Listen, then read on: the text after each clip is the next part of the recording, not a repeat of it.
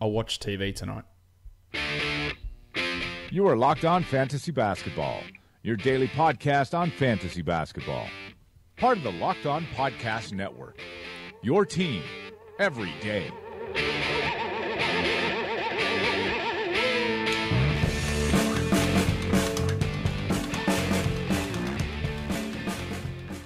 Hello and welcome to the Locked On Fantasy Basketball podcast brought to you by Basketball Monster. My name is Josh Lloyd and I am the lead fantasy analyst at basketballmonster.com, and you can find me on Twitter as always at redrock_bball. We're back with another season recap podcast today.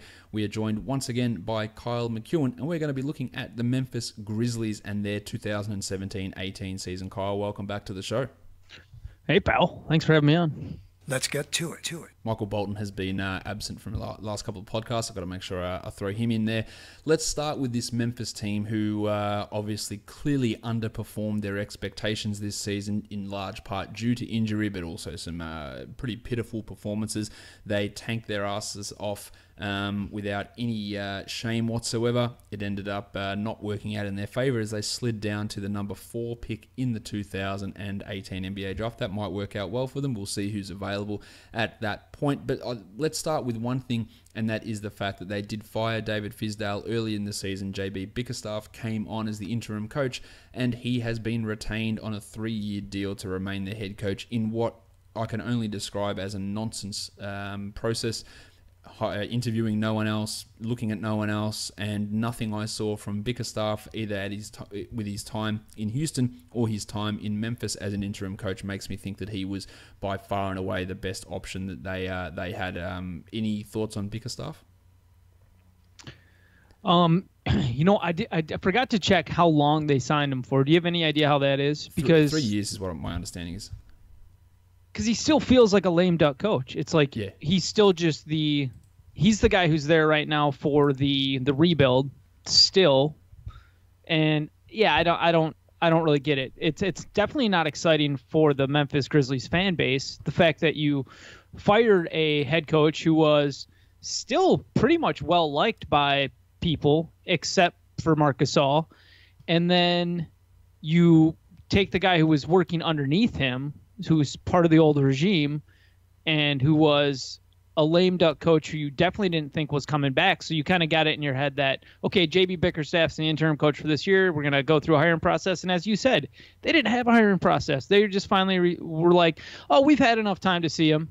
And we think he's a good head coach. And it's just like, you're not instilling confidence in your fan base, definitely. So it's hard to see exactly what they're doing, but I also don't want to completely write it off and say, yeah, JB Bickerstaff sucks, because it's hard to quantify the usefulness of a coach, and maybe he is the right guy for the mindset they want right now. Yeah, look, we don't know. It is hard to evaluate coaches, but nothing that I saw from him made me go, yeah, look, this is it. Definitely got to make sure you grab onto JB Bickerstaff. There's been whispers around that perhaps he's been somewhat of a destabilizing force in locker rooms in Memphis, in Houston before. I'm not sure how accurate that is, but I have heard that reported before, and sort of angling his way to get these interim jobs, and now he's found himself in a head coaching position, but nothing that he did while he was a member of or coaching the Grizzlies made me think, yeah, this is the best option for this team. That they come into this season with the 4th pick in the draft, the 32nd pick in the draft. They're going to have options there, and outside of there's Mike Conley, there's Marc Gasol, but no one else on this team is considered really very good at all. They don't have a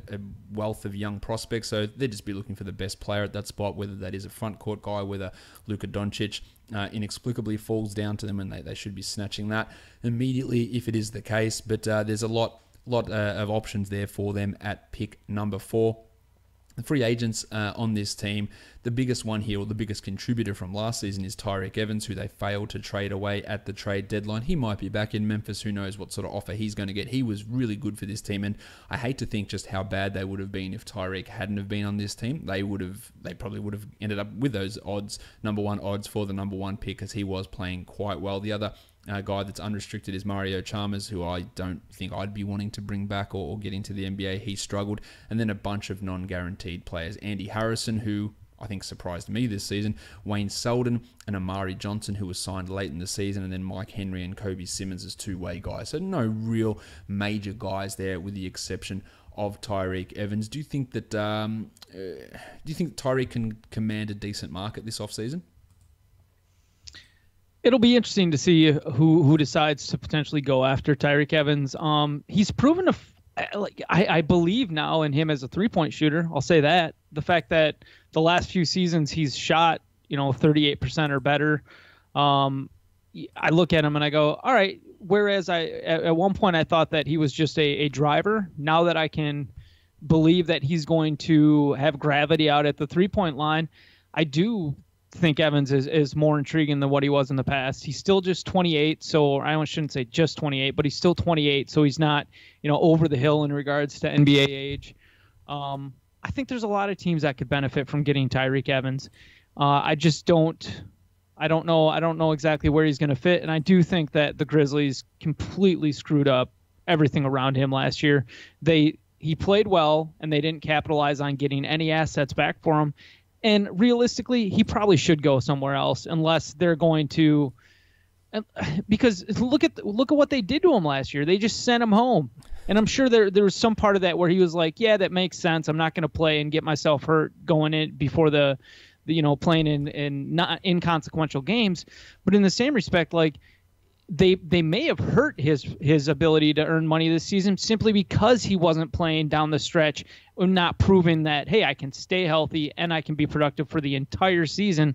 Like I'm a little bit suspect as to whether or not he would want to go back to that situation. They sent him home and then he played 6 games for the rest of the season. That was it. He came back, played 3 games after returning, had a right rib injury, which kept him out for about 3 weeks, and then played 3 more games for the rest of the season and rested for personal reasons down the stretch, which to me means, screw you guys. Like I'm done. This is bullshit, and I don't want to be here. That's the impression I get with Tyreke. He was impressive. We'll get back to him in a little bit. Just cover off a few things for this team. They were 22-60 for the season, 29th team in pace, 27th offense, 26th defense. Really poor numbers. 28th in effective field goal percentage. That's obviously really poor. Also, gave away the most free throw attempts in the entire NBA, leading lack of discipline, poor front court players as well. That's a real concern there. Gave up a ton of rebounds. Also, I'll ask you this question: who do you think had the highest offensive rating on this team? Does number of games played matter? No. Marshawn Brooks? No, but he led the team in basically every other advanced stat. It was Deontay Davis that had the highest offensive rating, and Mike Henry had the best defensive rating, so very little to sort of garner out of those ones. But in terms of Marshawn, he led the team in PER, true shooting, usage, win shares per 48, offensive box score plus minus, and box score plus minus, because all those things are done on a per minute basis, not a cumulative type stats. The cumulative numbers, which is VORP and win shares, Tyreke Evans led the team in both of those. But Brooks was fantastic. We'll talk about him a little bit later on in the show. Let's get into these guys. Let's continue a little bit on Tyreke and just cover off what he did this year. 31 minutes, 19.5 points, 5 rebounds, 5 assists. That's basically what he did in Sacramento as a rookie, where he was 25-5. He was the 42nd ranked player this year, hit over 2 threes and had over a steal, 45-79, and he was a guy that I took in over half of my leagues this year, and a guy that I was pretty big on taking with that last pick in a draft, and I couldn't have even anticipated that it would work out as well as this. His situation won't be as positive next season as what it was this season, but we have to remember, and people will go, oh yeah, no, Mike Conley, but he was putting up numbers like this, Kyle, or similar to this before Conley went down even. Yeah, absolutely. And there might be, if Tyreke Evans ends up back on this team, I think he'll have an opportunity to put up good stats, even if Conley's healthy, Gasol's healthy, because there's not much beyond those guys that are like locked up as far as who deserves the possessions going into next season. Yeah, exactly. This team is a team that's as bad as what they were. They don't have this plethora of young guys like what the Suns do, or even the Kings to a degree with all their young players as well. The Grizzlies just don't have that level of player or level of young talent on this team that could potentially turn into something. Evans was a monstrous 12.5 in his on-off numbers for this year. That is a huge amount. Again, basing it on the guys who are coming off the bench behind him, it makes a little bit of sense, but that's a huge performance from him. Marc Gasol, a key factor in the David Fizdale firing from all reports. He played 33 minutes per game in his 73 games this season, 17 points, 8 rebounds. He hit 1.5 threes, 4 assists, 0.7 steals, 1.4 blocks. Really inefficient, though, from the field. 42%, 34 from 3 for a true shooting of 53%. But overall, it's basically, Kyle, just a standard-ish type Marc Gasol season. Yeah, his rebounds were up a little bit this year, and as you just pointed out, he shot just 42% from the field, which is nuts and terrible for a center.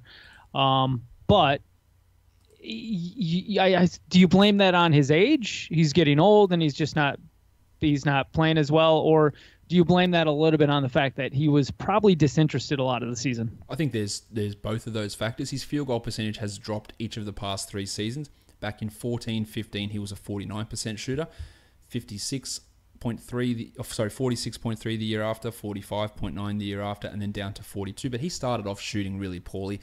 Over the end of the season, he started to improve that 44% over his last 18 games. But yeah, there's definitely a portion of that where he was not as interested as what he needed to be down the stretch of games here, or throughout the entirety of this season, really, and that did contribute to that. But we can't discount the fact that of age in this, and he is 33 years of age now. He's obviously not getting any younger, like nobody is, but he is still, there is the potential for that drop-off to come. But I was impressed by his ability to improve his rebound rate, and he needed to with Zach Randolph not there. Someone had to grab those rebounds, and he was able to do that. And everything else stayed similar, assisting well, getting the blocks.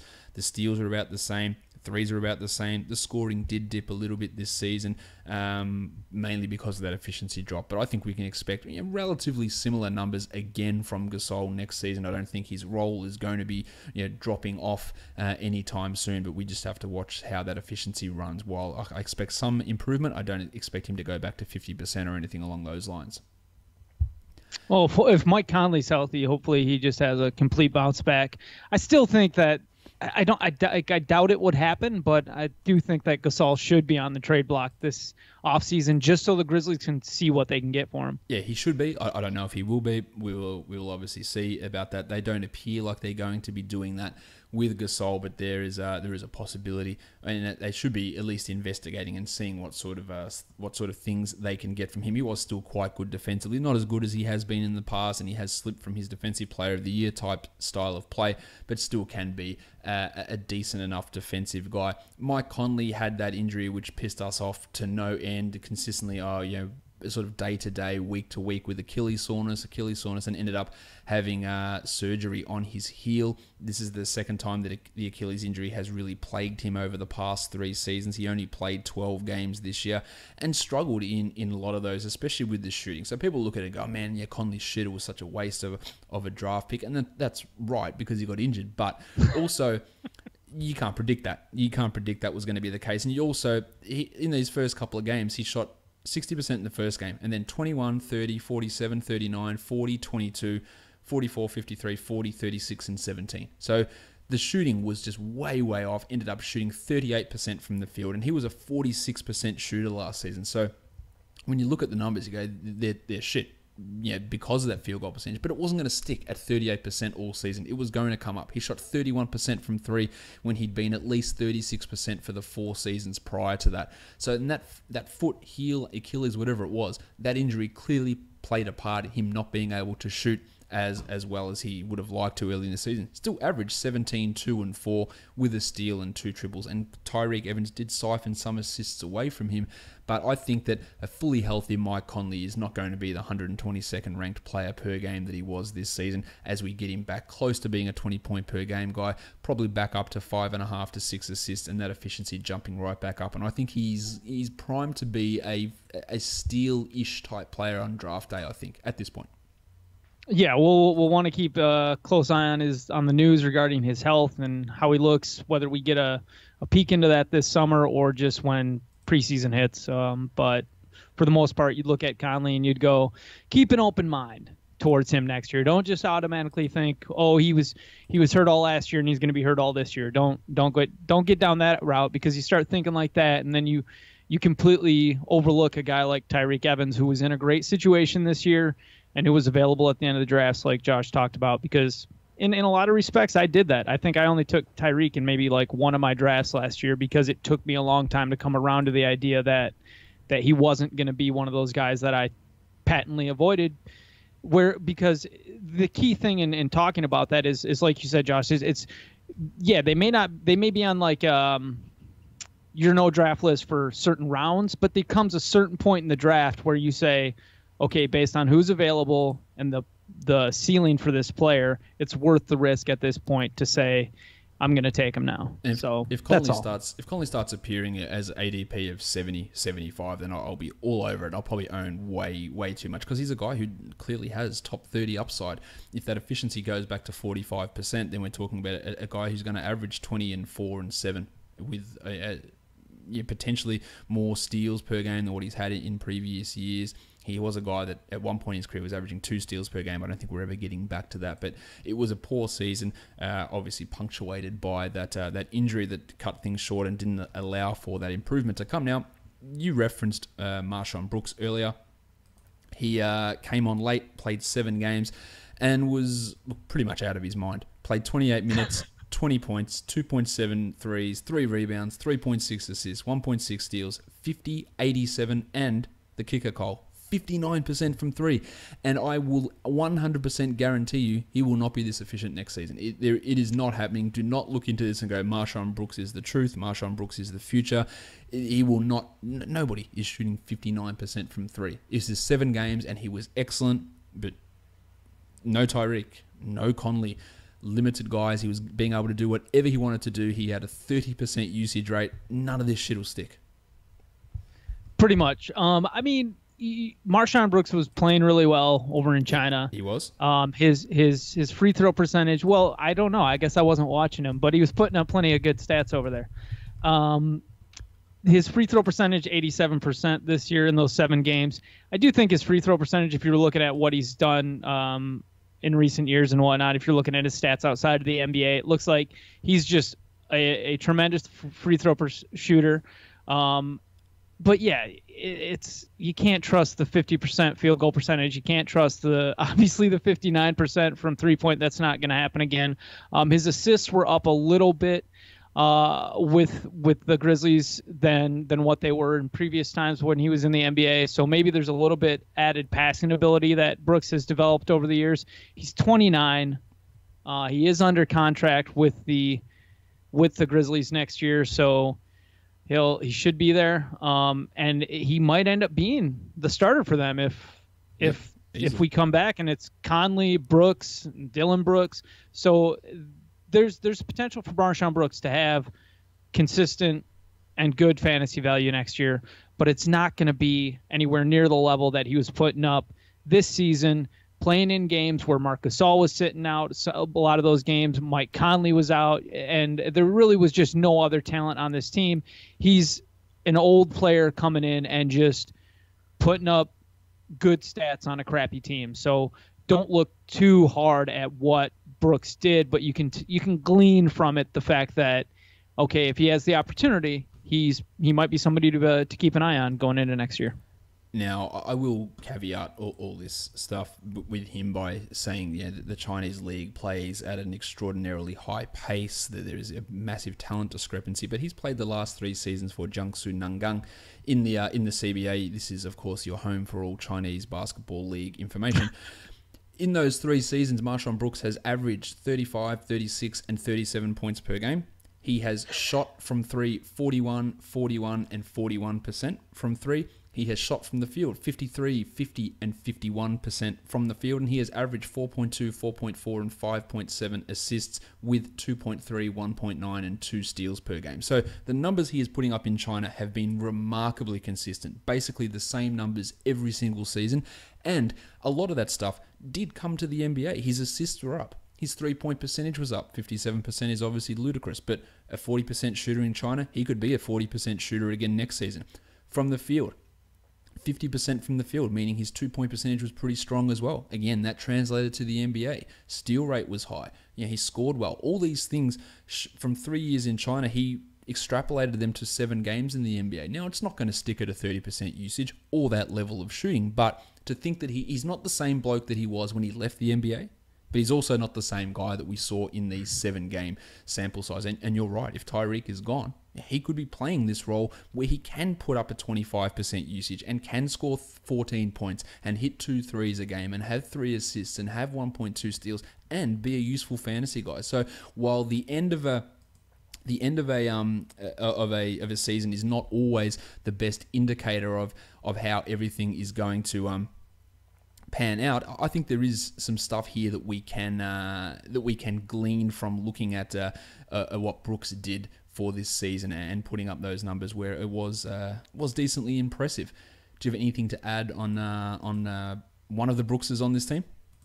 Well, I think Marshawn, is he somebody who you maybe, if you can get him thrown into a deal in a 30-team league or a deeper league where he would have value at Dynasty, would you be targeting him in any respect? I think that I'd even go a little bit shallower than that. I'd be looking at him at 16 teams, but of course, I think we're looking at maybe 1 year of value out of him. I don't think this is a prolonged thing. That, again, you mentioned his age already. He's not the youngest guy going around. I think we can look at him as being an option for next season, but after that, I'm not really sure that it goes full steam ahead and continues on at this realm where other guys should start to jump ahead of him in the queue. But yeah, he was impressive there, and I do think he can have that value. Now, a guy who I'm not massively big on. He's older than you anticipate. Actually, JaMychal Green is who I'm talking about here. He's actually older than Marshawn Brooks, which I think a lot of people would be a little bit surprised. Oh, actually, no, he's not. Sorry, my mistake. I was looking at the wrong thing. He's 28 years of age. Played 55 games, 28 minutes, 10 and 8.5 with 0.8 threes, 0.6 steals and half a block. 46 and 72 is his percentages. 159th ranked player this season. I don't think he's very good. Kyle, can you dissuade me from that opinion? No, if JaMychal Green was going to show us something more than what he had shown in the past, it was going to come this last year, and we didn't see it. He had all the opportunity in the world. That's not to say that he was terrible in any respect, but he's not much more than average, and I can't think of much kinder words to say. He seems like a good dude, but as far as his utility as a fantasy player in most leagues, it's severely lacking. Where can you get better? Like, he averaged 10 points in 28 minutes. He's a good rebounder. I'll give him that. He did hit threes okay this season at 34%. He offers you nothing defensively. You don't get steals. You don't get blocks.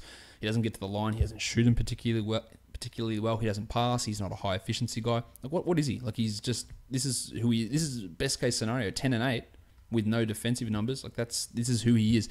So many people had high hopes for JaMychal heading into the season. I clearly wasn't one of them. I'd much prefer them to run Jarrell Martin out there, who's 4 years younger than JaMychal Green, and there's a chance that they're getting Marvin Bagley or Jaren Jackson or Mo Bamba in this situation, who they might be looking to play a little bit more than JaMychal, and bloody play Chandler Parsons there a little bit. Well, not that Parsons has been spectacular, but I just don't. There's no future to me in JaMychal Green as an NBA level starter. And I just, if you've got him in a dynasty league and you can convince someone that he's a top 100 player, just trade him away as quick as you can. I cannot see him getting any better than what we're currently seeing from him, and that's not the best as it is.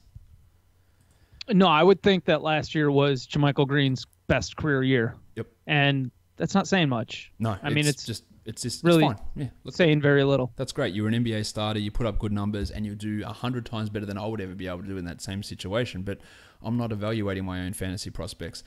I don't look at JaMychal as being someone who's really able to take many steps forward from here and become an impactful guy.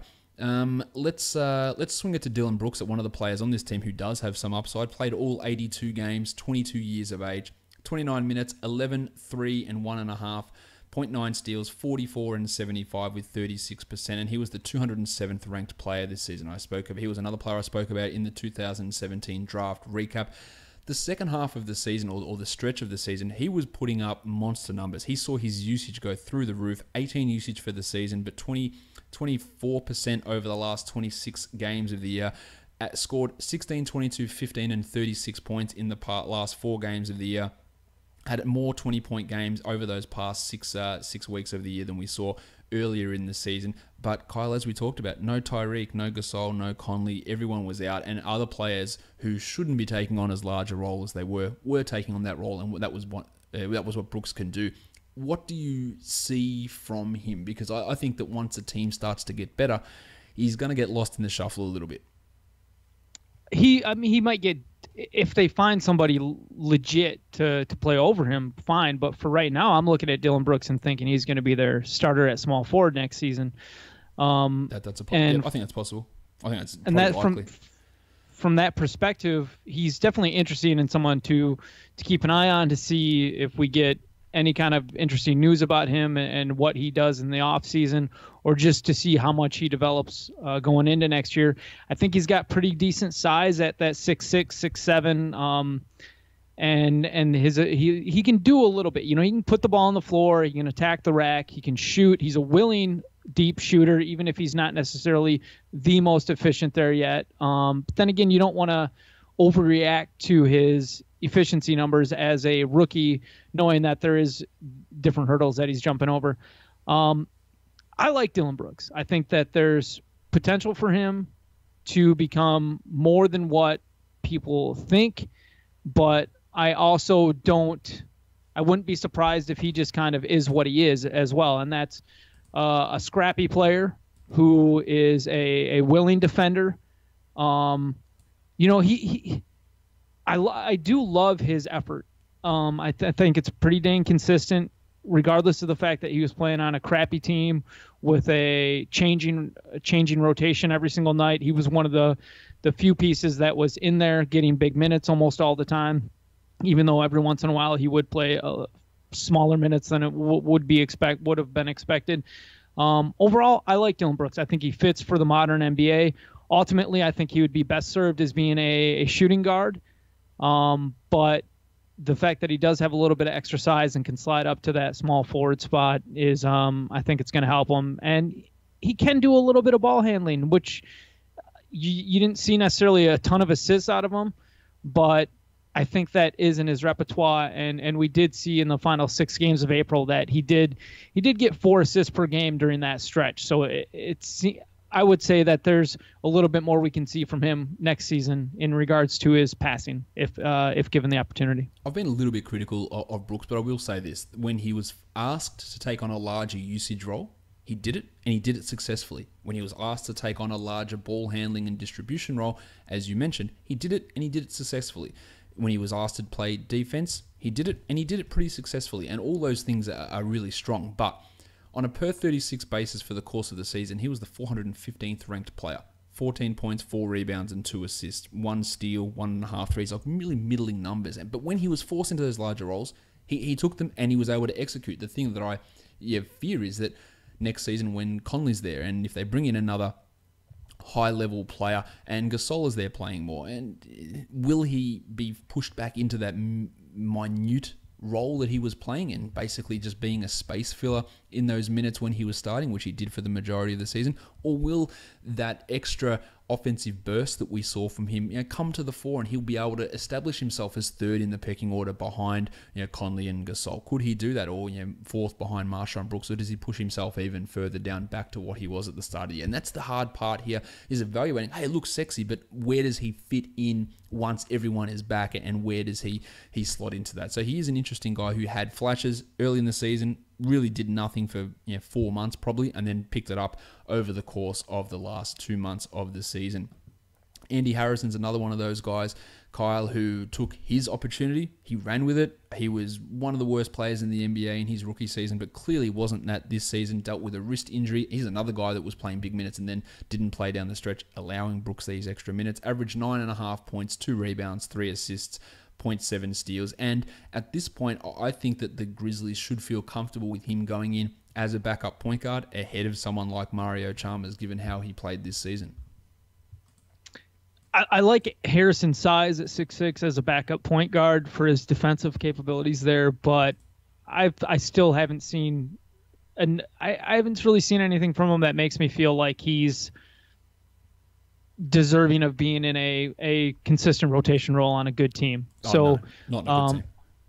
Yeah, and so it's hard for me to get too excited about him or to look at him. I mean, when I was going through and looking at the depth chart projecting what was going to be for the Grizzlies next year, I I was kind of sad when I was like, oh, I got to put Andrew Harrison in as the backup point guard right now. Like it doesn't instill a lot of confidence for me. So I'm still pretty low on him as a player as far as his potential in the NBA.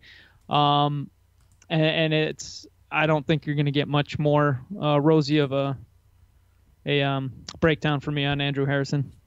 What about Jarrell Martin, a guy that it was reported that he was cut at the start of the season, survived that somehow, made his way onto the starting roster, ended up starting games for this season, and looked capable and played out of position at times, played at the 3 when they were running that ridiculous Jarrell Martin, JaMychal Green, Marc Gasol starting front court. I thought he outplayed JaMychal Green this season. I've been pretty vocal about saying that. He is only, how old is he? Sorry, 20, just turned 24.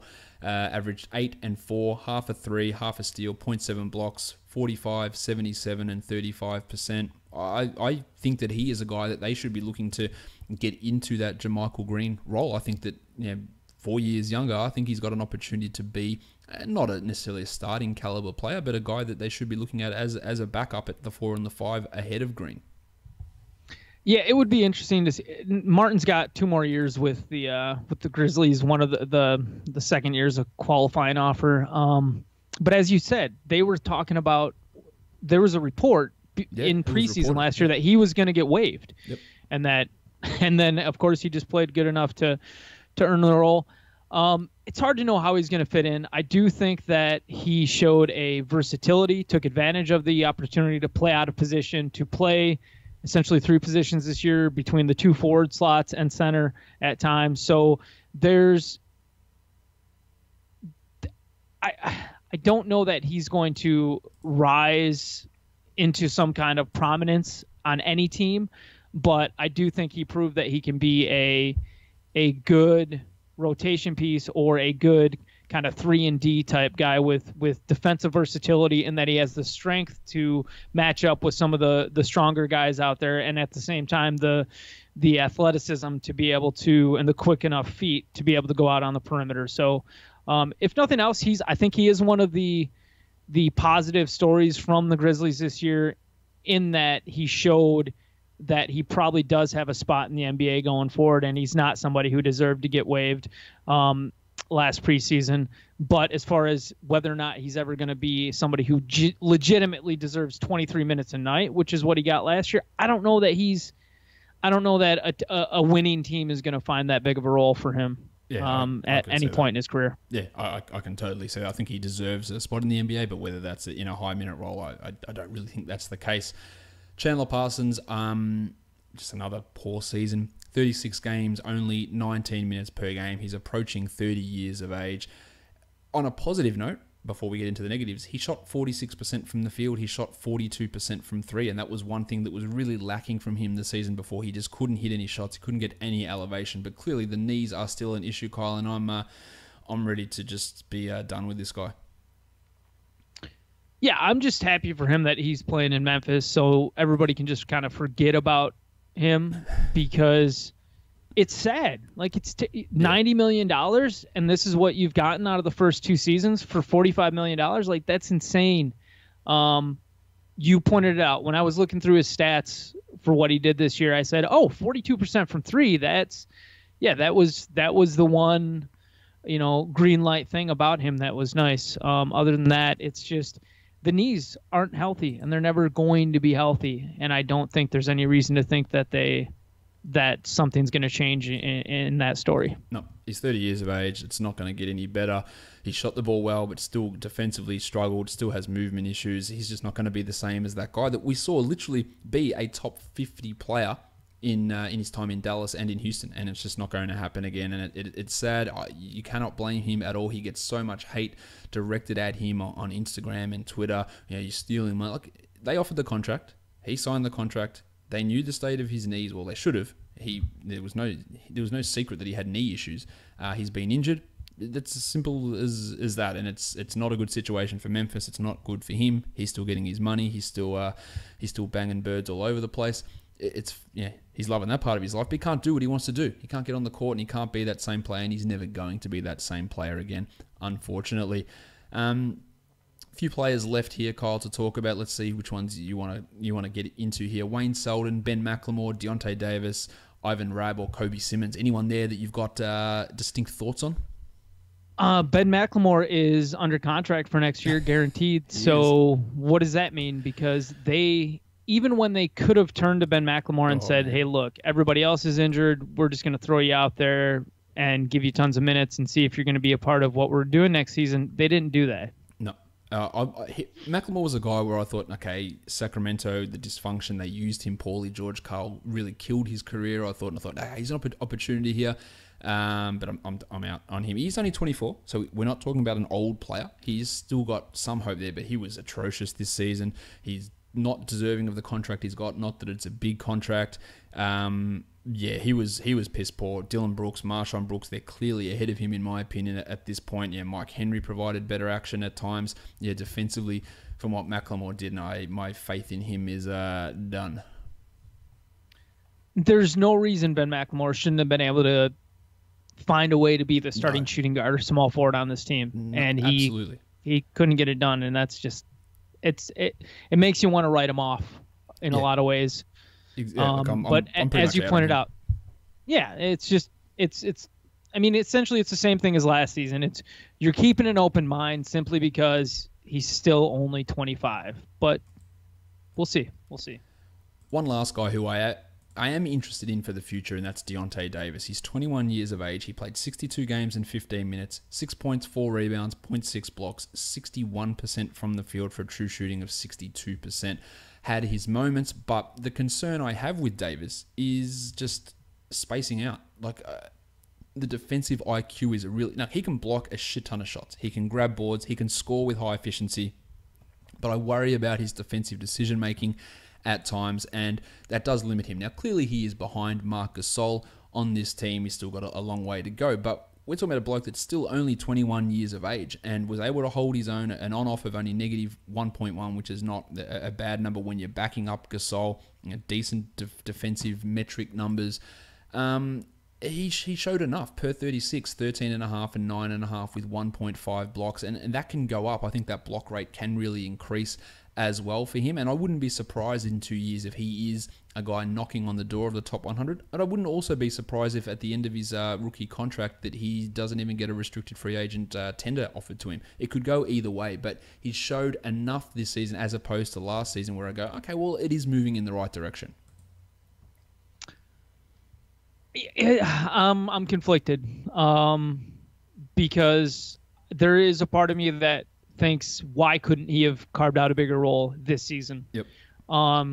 It's because even in those games where Marc Gasol wasn't playing, we'd see some nights where the Grizzlies would start, Jermichael Green and Jarrell Martin in the front court together and just keep Deontay Davis coming off the bench along with Ivan Rabb and whoever else they were throwing into the rotation at the time. And it's just, why can't Deontay Davis get as many minutes as possible to show what he has this season, especially on the nights that you're not playing Marc Gasol, and we didn't really get to see that. So it's just if the opportunity was there and he wasn't able to seize it,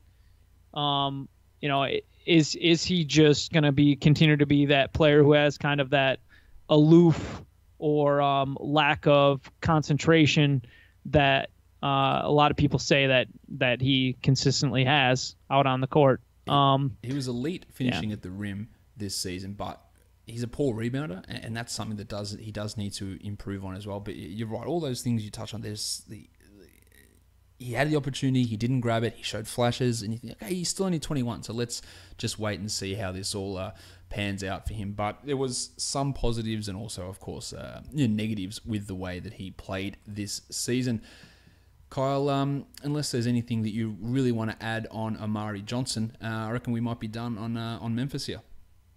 No, I mean, do you think that Wayne Selden is... I mean, do you think he's back? Yes. Yeah, I think they'll guarantee that deal, but I'm not a massive Selden fan. He had moments this season, but he also had moments where he sucked.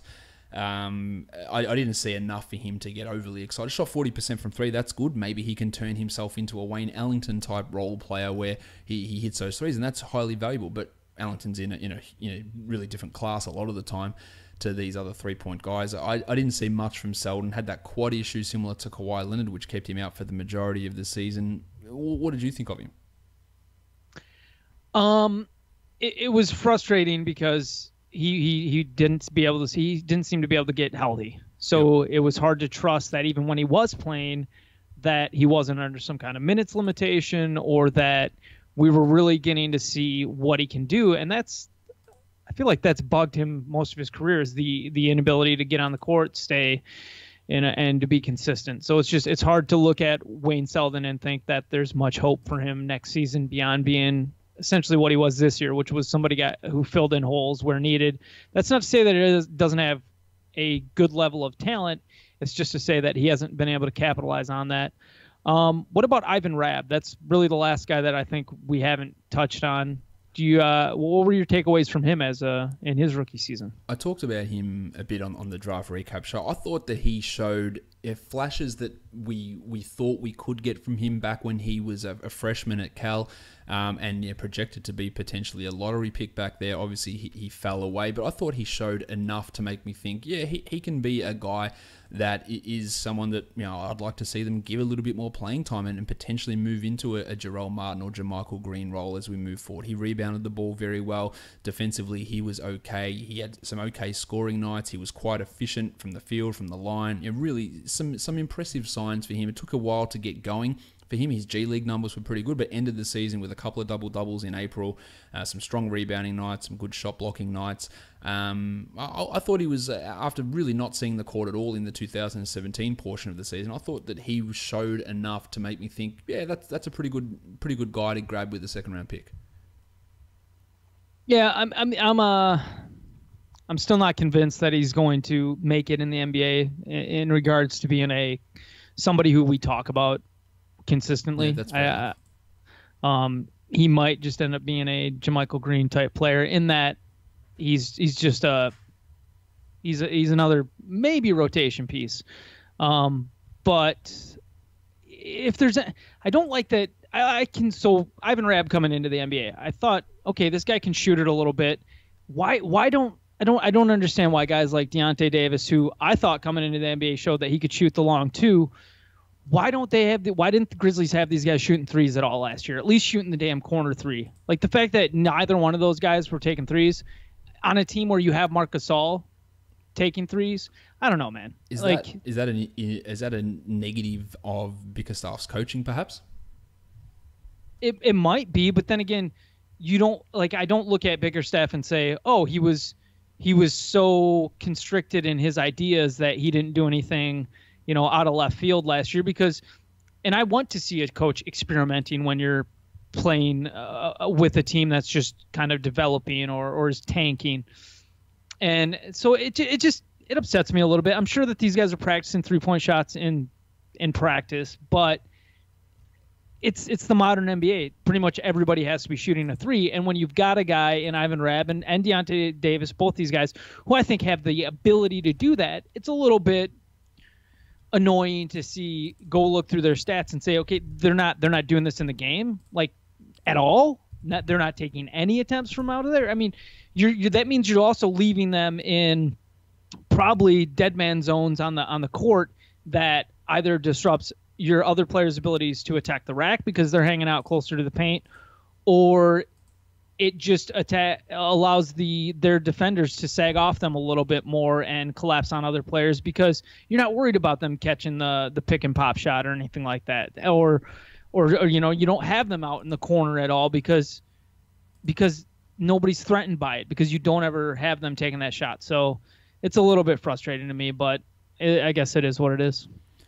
I think that probably does it for us talking about the Grizzlies. Kyle, go and follow you, or people can go follow you on Twitter at RotoKyleNBA, and they can do the same for me at RedRock_Bball.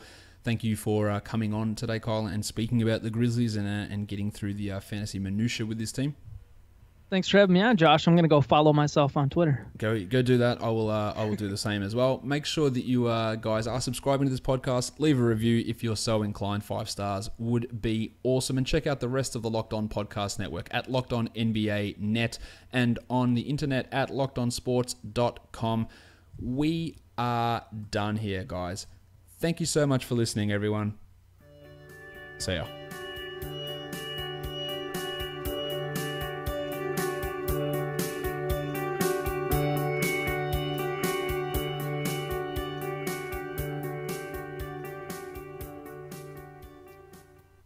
Chandler Parsons.